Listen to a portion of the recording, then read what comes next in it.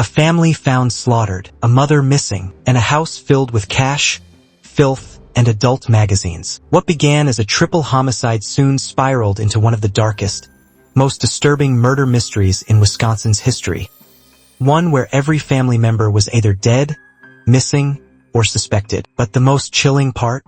The whispers of incest, captivity, and a killer who may have gotten away. This is the twisted case of the Kunz family. It was the morning of July 5, 1987, when Kenneth Kunz walked into a nightmare. Inside his rural Athens, Wisconsin home, he discovered the lifeless bodies of his brother Randy, his sister Irene, and his cousin Marie. All three had been shot execution style, but one family member was missing: Kenneth's mother, Helen Kunz. Had she been kidnapped?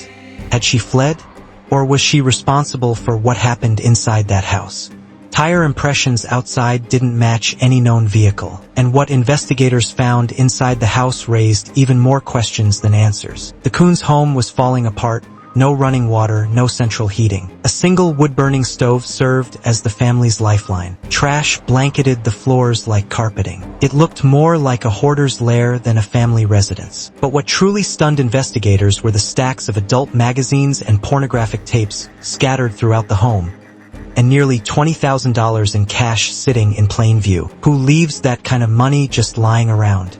The deeper police dug, the darker the Kunz family legacy became. Violence wasn't new to this family. It dated back generations. In 1905, a man named Wendell Kunz bludgeoned his own mother to death in bed. He was institutionalized, but he wasn't the only one. Mental illness, instability, and violent episodes seemed to run in the bloodline. As officers pieced together the family's past, they turned their attention to Kenneth, the man who found the bodies. But his alibi checked out.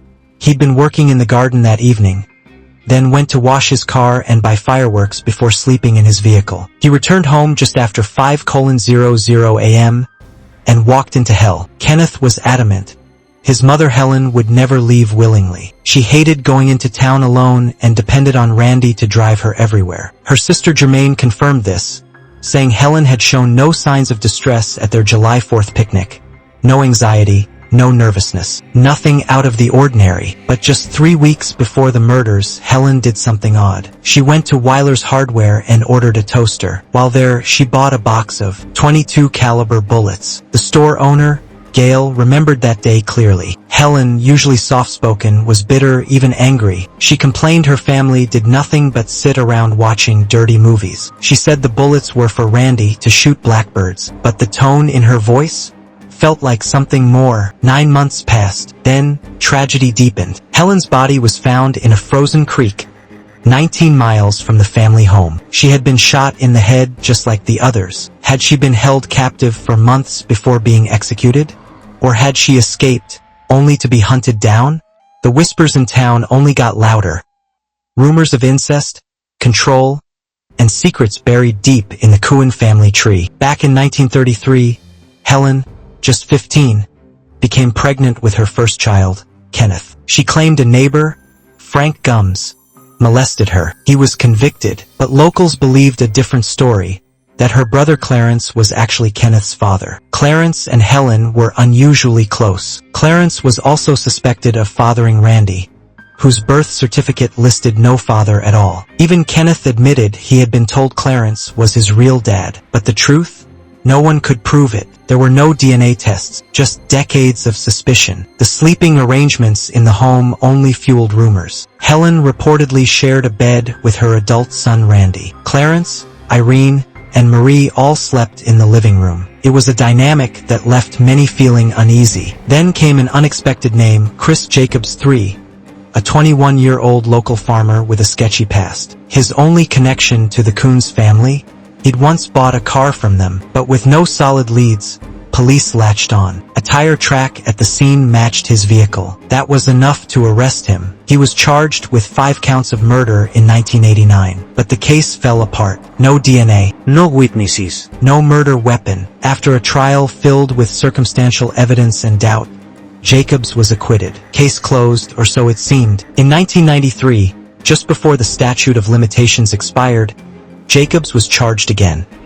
This time not with murder, but with the kidnapping and false imprisonment of Helen Kunz. According to Stacy, Jacobs told her he killed Randy after an argument, then murdered everyone else to cover his tracks. Helen, he said, was taken to a swamp, tied up, and killed later. The details were disturbingly specific, and though Stacy had a criminal record and a plea deal, her story matched what little evidence police had. In 1998, Chris Jacobs was convicted not of murder, but of kidnapping Helen Kunz. He was sentenced to 31 years in prison with mandatory release in 2020. But in a final twist, Jacobs refused parole. He wouldn't sign any paperwork or agree to supervision. To him, it would mean admitting guilt. So he stayed in prison, maintaining his innocence to this day. The Kunz family massacre remains officially unsolved. No one has ever been convicted for the 5 murders. Was Chris Jacobs truly the killer? Or was he an easy target in a case so strange, so grotesque, that any suspect would do? Was Helen a victim, or a mastermind driven by generational trauma and bitterness? And what about the rumors of incest, secrets, and control? Were they just small-town gossip, or the key to understanding why 6 lives were destroyed?